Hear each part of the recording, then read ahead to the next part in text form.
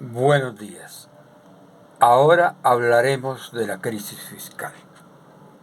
¿Por qué existe? La primera razón, hay un crecimiento desbordado en los contratos de prestación de servicios que según las últimas estadísticas han crecido en más del 40% respecto del gobierno anterior. ¿Y en qué consisten esos contratos de prestación de servicios? En darle a sus áulicos de la primera línea, del pacto histórico, de la Alianza Verde, del maíz y esa caterva de mini partidos corruptos, todos esos recursos. ¿Cuánto suman en billones? Hay que preguntárselo al Ministerio de Hacienda y a los gerentes de las entidades públicas que hacen tales contrataciones. También está el derrumbe de la política petrolera y minera.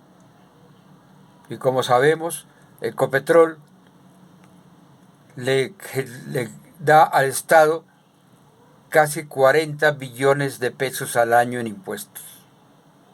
Pero como este señor en su sabiduría, quién sabe de qué planeta, adquirió,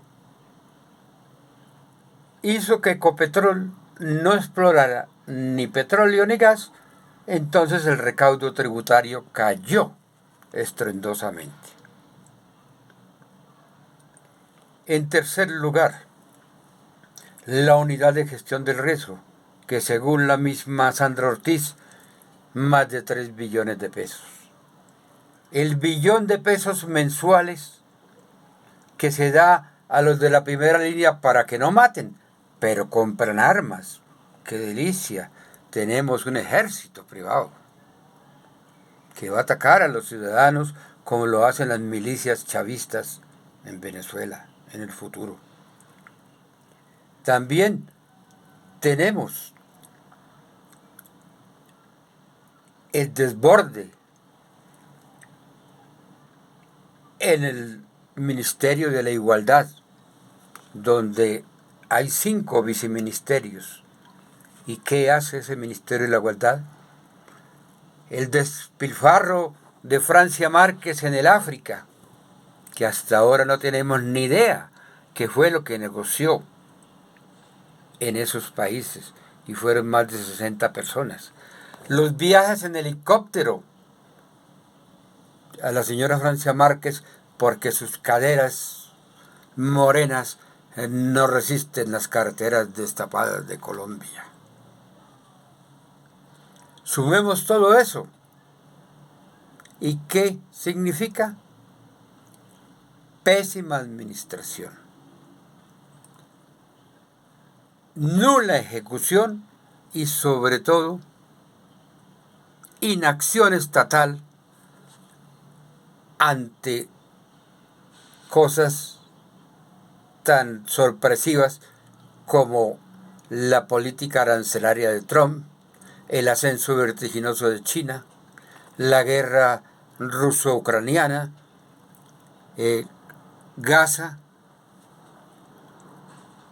Todos esos factores externos hacen que cada día sea más difícil producir y exportar. Entonces, ¿cómo es posible que un ministro de Hacienda como Ricardo Bonilla esté ocupado no en sanear las finanzas públicas, sino en entregarle más de 90.000 millones a los congresistas para aprobar sus reformas? Entonces, ahí, en todo ese desgreño administrativo, está la crisis fiscal. ¿Cómo se recupera la credibilidad? En primer lugar, tiene que haber un recorte sustancial del gasto público en prestación de servicios que no sean esenciales. suspender esos pagos a los de la primera línea, eliminar el Ministerio de la Igualdad, que ya fue declarado ilegal por la Corte Constitucional. Si sumamos todo eso, ahí habría por lo menos 40 o 50 billones de pesos que se pueden recortar fácilmente. Y ahora están pretendiendo cubrir ese faltante con una retención en la fuente del año gravable 2026. Y eso es ilegal por las siguientes razones. Como bien se sabe, los impuestos se pagan por el año gravable causado, o sea que esté terminando ese año fiscal. Y no estamos apenas sino en la mitad de 2025. ¿Y cómo voy a pagar yo un impuesto del 2026 cuando no se ha vencido el del 2025? ¿Será que voy a vender lo mismo? ¿Será que voy a tener garantías para poder exportar? ¿Para poder importar?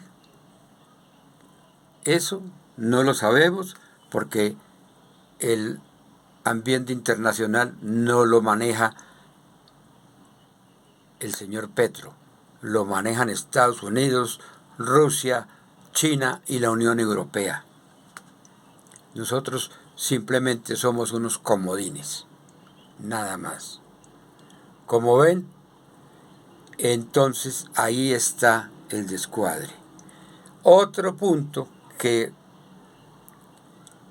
es imperativo es reconocer que los 57 ministros que se han nombrado, más 70 viceministros, eso le quita agilidad a la toma de decisiones. Hay más de 25.000 millones se han gastado en los consejos de ministros televisados. Dígame usted, señor ciudadano, si es justo que mientras haya millones de colombianos aguantando hambre, el señor Petro diciendo brutalidades, se gaste ese dinero sin justificación. Esas son las consideraciones sobre la crisis fiscal. Y la única forma es austeridad. Hay que retornar a la senda de la prosperidad y eso solo se logra con orden y estabilidad económica. Feliz día.